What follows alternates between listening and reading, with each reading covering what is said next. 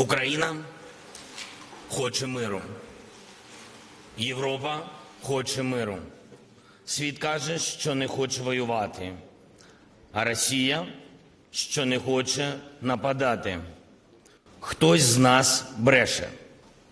Це ще не аксіома, але вже не гіпотеза. Пані та панове, 2 дні тому я був на Донбасі. На лінії розмежування юридично між Україною і тимчасово окупованими територіями. Фактично розмежування між миром і війною. Де з одного боку дитячий садочок, а з іншого снаряд, що влучив в нього. З одного боку школа, а з іншого снаряд, що прилітає на шкільний двір. А поруч 30 дітей, які йдуть, ні, не в НАТО, а на уроки, до школи. У когось фізика. Знаючи її елементарні закони, навіть діти розуміють, наскільки безглуздо звучать заяви про те, що обстріли ведуться з боку України. У когось математика. Діти, звичайні діти, без калькулятора можуть порахувати різницю між кількістю обстрілів у ці останні 3 дні і згадками про Україну у цьогорічному Munich Security Report. А у когось дітей історія. І коли на шкільному подвір'ї з'являється воронка від бомби, у дітей з'являється питання: невже світ забув свої помилки ХХ століття? До чого призводять спроби умиротворення? Як питання «навіщо вмирати за Данциг» обернулося необхідністю вмирати за Дюнкерк і за десятки інших міст Європи і світу, ціною у десятки мільйонів життів. Це страшні уроки історії. Я лише хочу переконатися, що ми всі з вами читали одні й ті ж самі книжки. А отже, однаково розуміємо відповідь на головне питання – як так сталося? Що у 21 столітті в Європі знову йде війна і гинуть люди.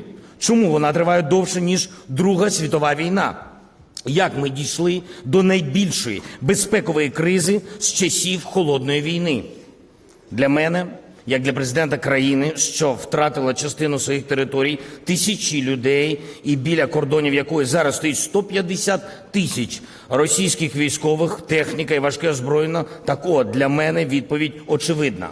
Архітектура світової безпеки крихка, потребує оновлення, правила, які світ погодив десятки років тому, вони більше не працюють, не встигають за новими загрозами, не дієві для їх подолання. Це сироп від кашлю, коли потрібна вакцина від коронавірусу.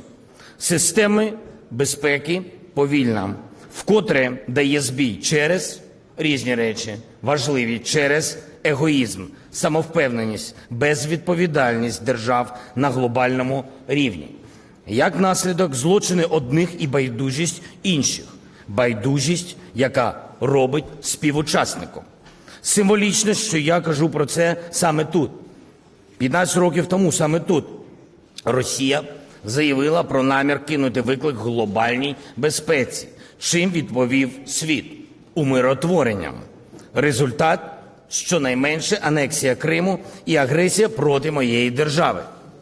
ООН, яка має захищати мир і світову безпеку, не може захистити себе, коли порушується її статут, коли один із членів Радбезу ООН анексує територію однієї із засновниць ООН, а Кримську платформу – формат, мета якого деокупація Криму мирним шляхом і захист прав кримчан, сама ООН ігнорує.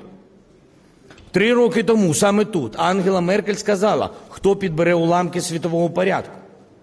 Тільки всі ми разом. Аудиторія аплодувала стоячи. Але, на жаль, колективні овації не переросли у колективні дії. І зараз, коли світ говорить про загрозу великої війни, постає питання, а чи лишилося що підбирати? Архітектура безпеки у Європі та світі майже зруйнована. Пізно думати про ремонт, час будувати нову систему. Людство робило це двічі, сплативши надто високу ціну. 2 світові війни.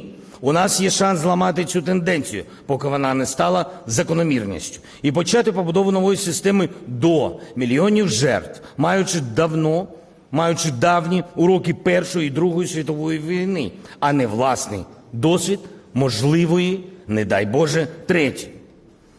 Я казав про це тут і на трибуні ООН, що у 21 столітті більше немає чужої війни, що анексія Криму і війна на Донбасі – це удар по всьому світу. І це не війна в Україні, це війна в Європі. Казав на самітах, казав на форумах у 2019 році, у 2020, у 2021 роках. Невже світ зможе почути мене у 22-му? Це вже не гіпотеза, але ще не аксіома. Чому? Потрібні докази, вагоміші, ніж слова у Твіттері чи заяви у засобах масової інформації. Потрібні дії саме світу, а не тільки нам. Ми будемо захищати свою землю, маючи підтримку партнерів чи не маючи. Надають нам сотні одиниць сучасної зброї чи 5 тисяч шоломів.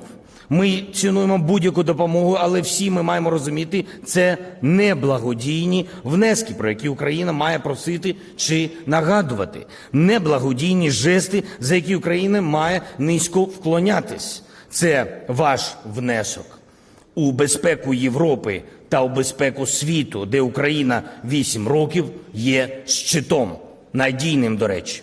І 8 років стримує одну з найбільших армій світу, яка стоїть вздовж наших кордонів, а не на кордонів країн Європейського Союзу. І гради летіли у Маріуполь, а не у європейські міста. І слава Богу. І після боїв у майже півроку зруйнованого аеропорт у Донецьку, у нас, не десь, не у Франкфурті, і гаряче завжди на Авдіївській промці. Там було дуже гаряче останні дні, а не на Монмартрі. І жодна країна Європи не знає, що таке військове поховання щодня в усіх регіонах держави, а жоден європейський лідер, що таке регулярні зустрічі з родинами загиблих. Хай там як, ми будемо захищати свою прекрасну землю. Стоїть у нас на кордоні 50 тисяч, чи стоїть 150, чи 1 мільйон солдатів будь-якої армії. Щоб дійсно допомогти Україні, не потрібно сказати, скільки їх, скільки цих військових, скільки техніки. Потрібно сказати, а скільки нас. Щоб дійсно допомогти Україні, не треба постійно говорити про дати ймовірного вторгнення. Ми будемо захищати свою землю і 16 лютого, і 1 березня, і 31 грудня. Нам набагато більше потрібні інші дати.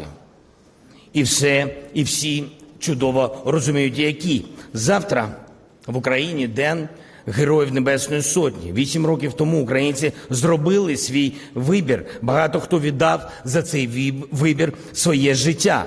Невже через 8 років після цього Україна має постійно закликати до визнання європейської перспективи? З 2014 року Росія переконує, що ми обрали помилковий шлях, що у Європі нас ніхто не чекає. Хіба не Європа має постійно говорити і доводити діями, що це є неправда? Хіба не Європа має сьогодні сказати, наші громадяни позитивно ставляться до вступу України в Союз? Чому ми уникаємо цього питання? Хіба Україна не заслуговує на прямі, на чесні відповіді? Це ж стосується і НАТО. Нам кажуть, двері відкриті, але поки що стороннім вхід заборонено. І якщо не всі члени Альянсу хочуть нас бачити, або всі члени Альянсу не хочуть нас бачити, скажіть чесно, відкриті двері – це добре, але нам потрібні відкриті відповіді, а не роками не закриті питання. Хіба право на правду не входить до наших розширених можливостей? На кращий час для неї – найближчий час, найближчий саміт у Мадриді. Російська Федерація заявляє, що Україна прагне вступу до Альянсу, аби повернути Крим силовим шляхом. Тішить, що слова «повернути Крим» з'являються у їхній риториці. Але вони неуважно читали статтю 5 статуту НАТО. Колективні дії передбачені для захисту, а не для нападу. Крим і окуповані райони Донбасу неодмінно повернуться в Україну, але тільки мирним шляхом. Україна послідовно виконує нормандські домовленості і мінські. Їхній фундамент – беззаперечне визнання територіальної цілісності і незалежності нашої держави. Ми прагнемо дипломатичного врегулювання збройного конфлікту. Я підкреслюю, виключно на основі міжнародного права. То що ж насправді відбувається зараз у Мінську, у мирному процесі? 2 роки тому з президентами Франції, Російської Федерації, з канцлером Німеччини ми домовились про повномасштабне припинення вогню. І Україна ретельно дотримується цих домовленостей. Ми максимально стримані на тлі постійних провокацій.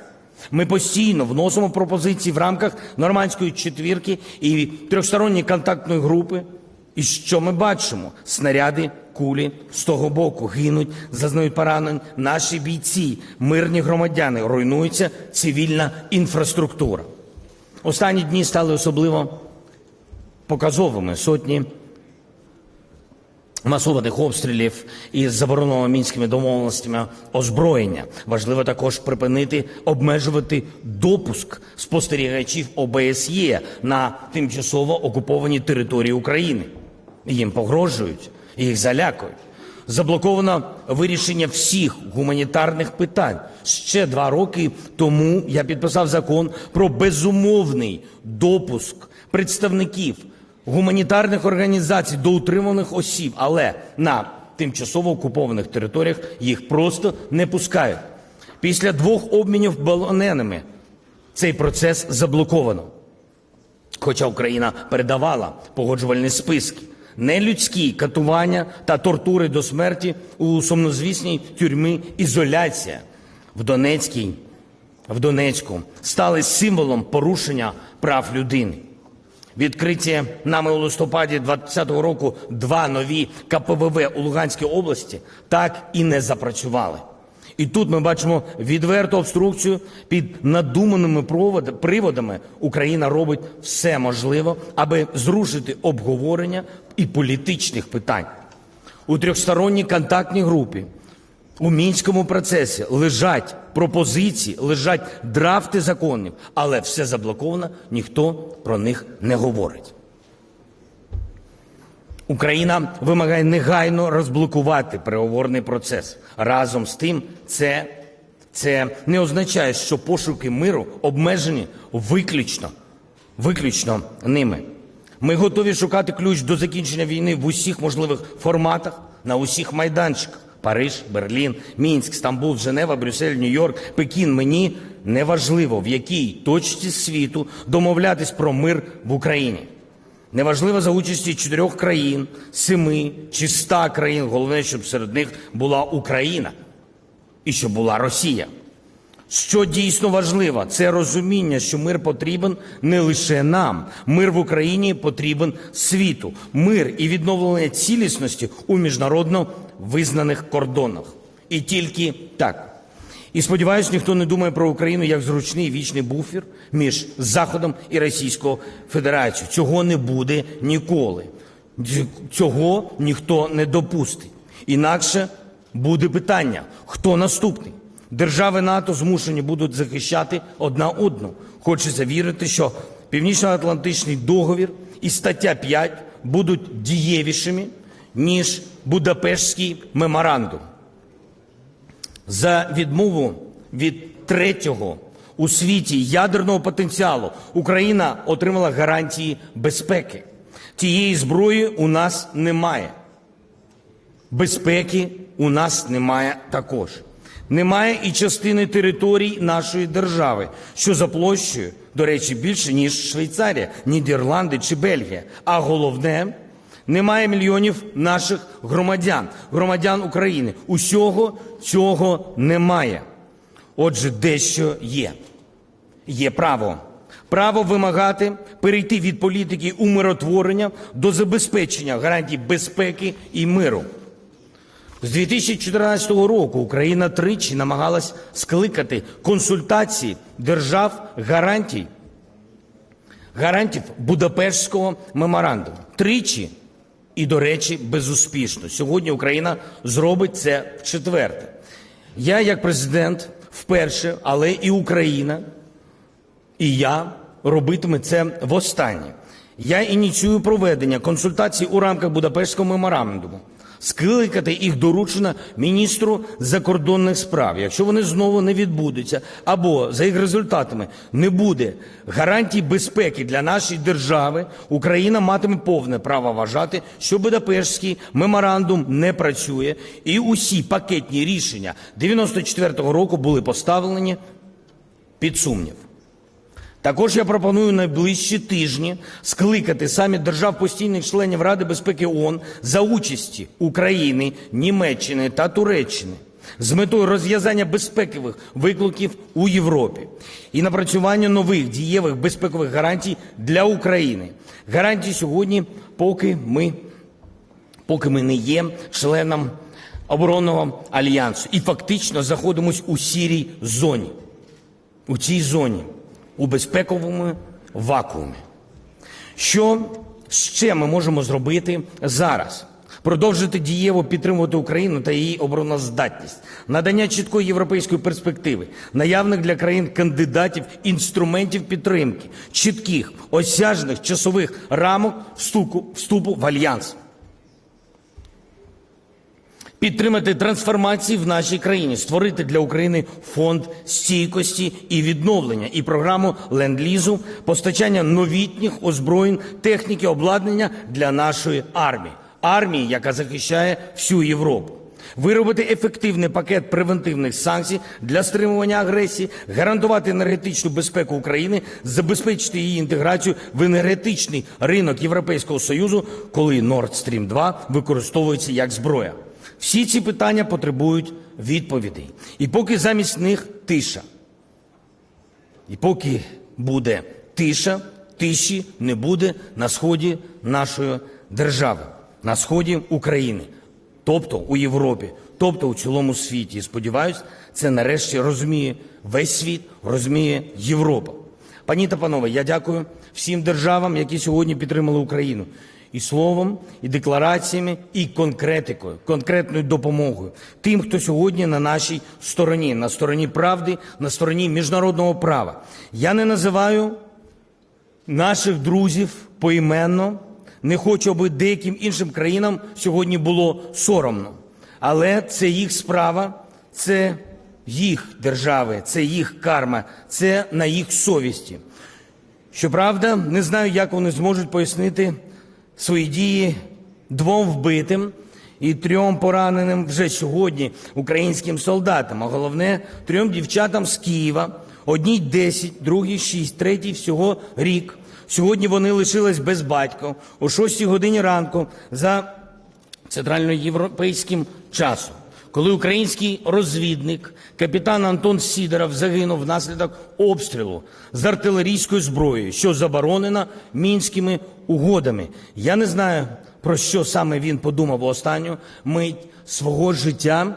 Він точно не розумів, яка адженда потрібна для зустрічі, щоб закінчити війну на сході нашої держави, але він точно знає відповідь на питання, яке я озвучив на самому початку. Він точно знає, хто з нас бреше. Вічна пам'ять йому, вічна пам'ять усім загиблим сьогодні і за роки війни на сході нашої держави. Дякую.